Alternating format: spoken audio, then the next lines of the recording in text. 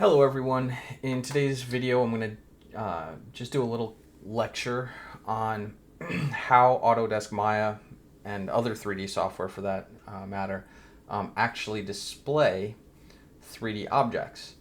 And what it really breaks down to is it is a number of different two-dimensional objects or faces put together to create a three-dimensional object. And I know that's kind of sounds confusing, but I'm just going to show you so it makes more sense. So I'm going to start with just a basic cube. And with this cube, I'll go ahead and scale it bigger. And what this cube is broken down to, let's stick with just one face for now, is that obviously the main thing is what we're able to see are what are called faces in 3D space. So these are our faces that actually allow us to see this three-dimensional object. Now, in order to have a face, you need to have edges and vertices. So the edges exist because of the vertices.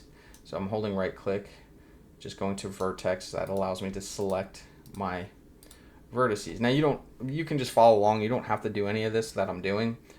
If you wish to, more than happy. I encourage it, but honestly, you can just sit back and kind of watch and listen. So when we're working with a three-dimensional object, this is a cube and it has 6 faces, and those 6 faces create this illusion basically of a cube, and they're kind of melted together or welded together or merged together, whatever you want to call it, to display this cube. Now, the way that this software works is, even though this is a cube, it actually breaks it down into triangles in the background. We can't see it. We don't even know what's happening. It's just doing it for us, right? So this entire semester, we're going to be modeling primarily with quads. So, 4 vertices, 4 edges on each polyface as best as we possibly can. It makes it much easier to work with any models that you're creating. Triangles are acceptable. However, we're going to try to stick with quads because it really is a night and day difference on how easy it is to work. So with that being said, so we have 6 faces. Let me show you something really quickly. I'm going to go to display, heads up display, and I'm going to scroll down to poly count. So it's showing you we have 12 edges, we have 8 vertices, we have 6 faces, we have 12 triangles, and ignore the UVs for now. That's when you get into texturing, but that's what we have right now. Okay. So 12 tries, which is short for triangles, 6 faces, which is the faces that are being displayed, 12 edges to create this cube, and then the 8 vertices, one on each corner on both sides, right? So how Maya reads this is really broken down into 2 triangles. So what it's really doing in the background is it's reading this as 2 triangles, right? I'm going to delete that edge. And another way I can show you is using a polyplane. Like I said, you don't have to follow along with me. If you're trying to, you're going to probably need to pause it. But I really just want you to kind of listen to this. And we get into all this stuff I just did in literally the first lab. So you don't have to follow along with this. So I have this polyplane. I'm just going to rotate it at 90 degrees. And I want you to kind of notice that the back of this is black, right? The front of it's gray. That's the gray side is the side of the face that it's actually portraying, because it's a 2-dimensional object. So if I jump in, if I did this just right, which is going to be tricky because I'm in my perspective view, you'll notice that it is just a 2-dimensional polyplane. And I'm going to switch to my side view. So if I deselect from it, even though I've scaled it on X, Y, and Z in this case, it's literally just a two-dimensional polyplane, face, triangle, whatever, it's technically two triangles in the background, right? But we'll stick to what we can see. It's a face or a polygon here, but it has literally no depth.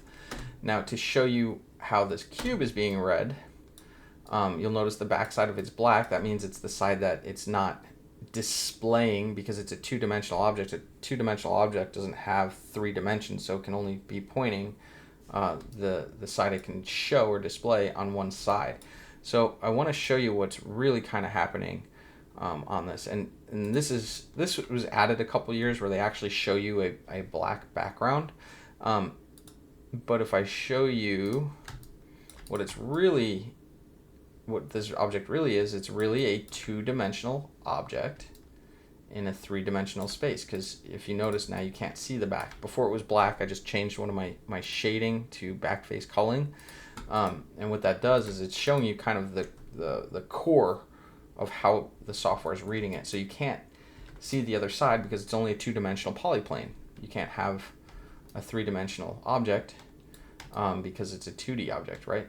So this cube essentially is made up of 6 polyplanes that are kind of combined and merged and welded sort of together, or whatever you want to call it. And that's what creates the illusion of a cube. Now the cube, even though I have my scales on this at whatever, 6.969 on X, Y, and Z, this one's 7.385, I can scale it in depth because it has multiple sides to it and multiple polyplanes to display. So that's how that works, right? This one can't, because it's a two-dimensional object. I can reverse it and have it scale the opposite side, right? And now you can see it on this side, but now you won't be able to see it on that side. So just to give you a heads up, the cube is really compiled of 6 different polyplanes combined and merged together to form a cube. Okay, that's any 3D object you see. Now the next thing I want to show you is how this is in the background breaking this down into triangles. So if I hold right click and I go to my vertex, I'm going to click on one of these, and you'll see here it's just a perfectly flat thing. But what it's really doing, if I move one of these, you'll see it just kind of looks like a weird sort of shape, right? From this angle, almost appears like it curves it, right? A little bit, maybe. But if we break it down from just the right angle, you'll see it's actually breaking it into 2 triangles. So what it's doing is it's reading it like this. Now we won't have to worry about adding these lines in our quads. I just want to show you how this is working, and you'll see now it's literally breaking it down into 2 triangles, and that's how it reads 3D shapes, basically. So that's how it's able to do that. One last thing I want to show you, because it's kind of cool to see how it works. This cube, I'm going to remove basically one of the faces. If I just delete it, I have back face culling on, you'll see that I can see every side of it because it's a bunch of polyplanes put together, but I can't see the inside of it. Now I'm going to turn shading and back face culling off. You'll notice it's black, and that's what it's going to be by default, but that's how it reads these objects. So the other thing, this is getting a little bit more technical than we need to, but I figure it couldn't hurt to tell you. The way it also reads this is it's all mathematical equations running basically in the background. So you remember those the distance formula and the triangle formula for like a squared plus b squared equals c squared, all that kind of stuff. That is all sort of happening in the background with all types of different equations to display these shapes. So from vertex to vertex, it's basically calculating the distance between this vertex to create this line or edge or distance between. It visually represents it as an edge. And in any object that you create, you need to have a minimum of 3 edges and 3 vertices, because basically a 3D object, you can't just have 2 and 2. So if I had 2 vertices and an edge, there would be no face to display. So you have to have a minimum of 3 edges and 3 vertices to create a face. In this case, it would be a triangle. A quad would be just one more. So 4 edges and 4 vertices equals a polyplane, if you will, and the face of this object. So we're going to be working with quads or polys.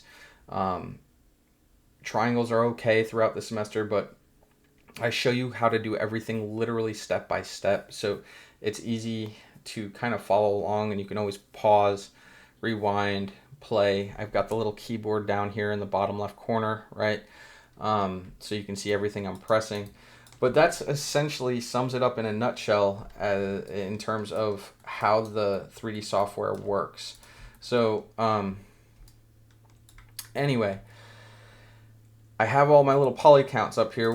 Since I have it up, I'll do one last thing. I'll create a cylinder and just scooch this over so we have everything different. So whatever I have in my scene, I'll have 54 vertices, 116 edges, 66 faces, and 92 tries. We're going to ignore the UVs for now.